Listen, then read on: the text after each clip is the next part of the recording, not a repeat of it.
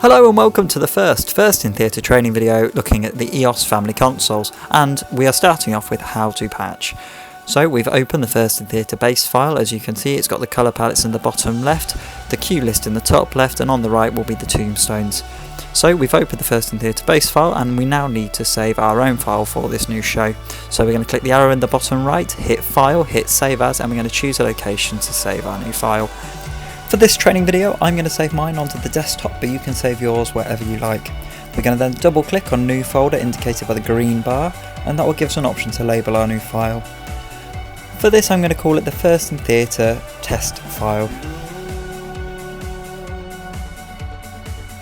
Then we're going to click on first in theatre test file, which will then create the show file. I've got multiple options to save here because I'm running a beta version of the software. Do not worry if these don't appear. Hit OK and the file will give you an option to rename it. Using the cursors to move across, I'm clearing the old file name and I'm going to call it the first in theatre test training file. I've mentioned again with augmented just for my own reference, and we're going to hit enter and that will save. If we look at the top of the screen, it still says base EOS file, so what we need to do again is go into file, go into open, indicated by the red box. Then we need to go into first in theatre test file where we've just saved our new show file. We're then going to hit enter, which will then bring up this menu showing us all the parts of the show file that we can include or exclude. You're going to want to include all of them, so leave them coloured, hit OK, and as you can see it will load the entire show file. Looking again at the top of the screen, it says first in theatre test training file, and that is what we want. Using the plus sign shown in the bottom of the screen, we're going to open up the directory, where we're going to choose patch shown in the middle of the menu.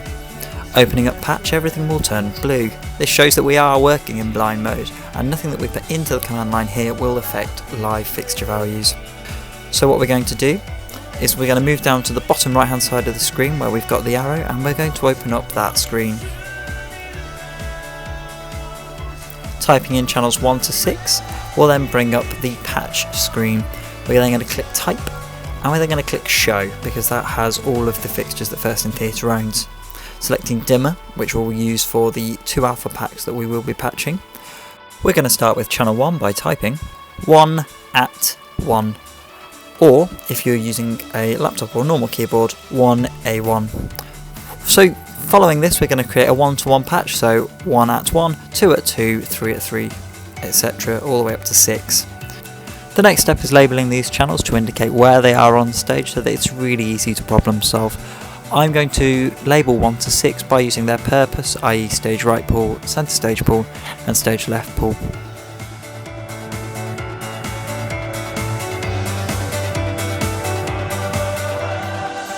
Moving on to look at channels 11 to 13, which for the purpose of this training video are 3 profile spots doing stage left, centre stage and stage right.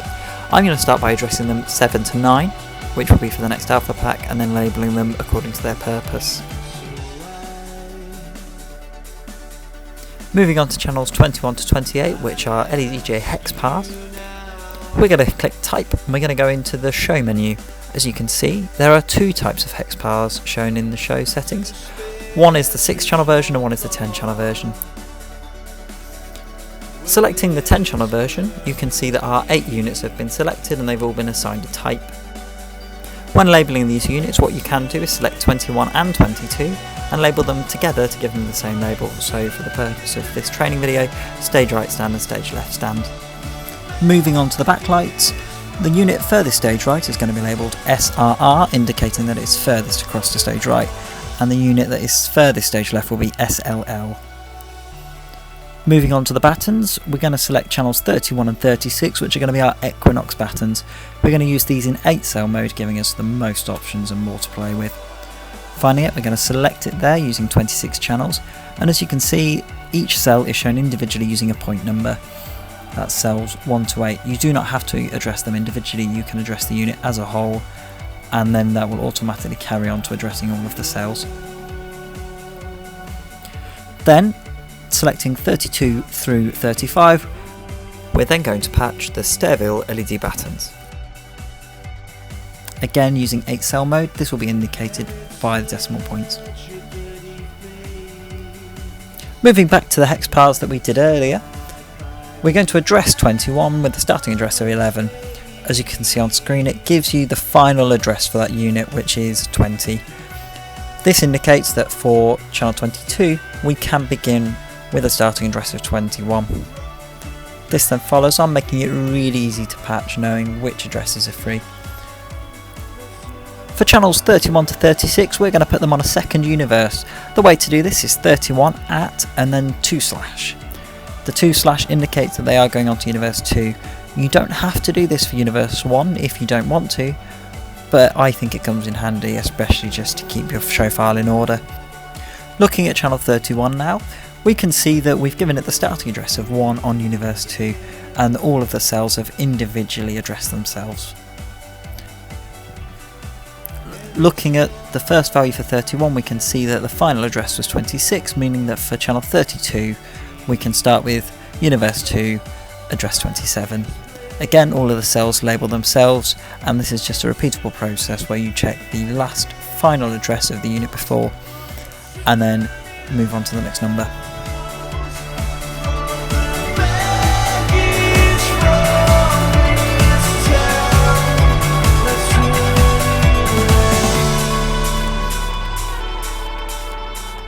We're going to move on to labelling these patterns, starting off with channel 31, labelling it upstage right, moving on to 32, upstage right, 33, upstage centre right, 34, upstage centre left, 35, upstage left, and 36, upstage left.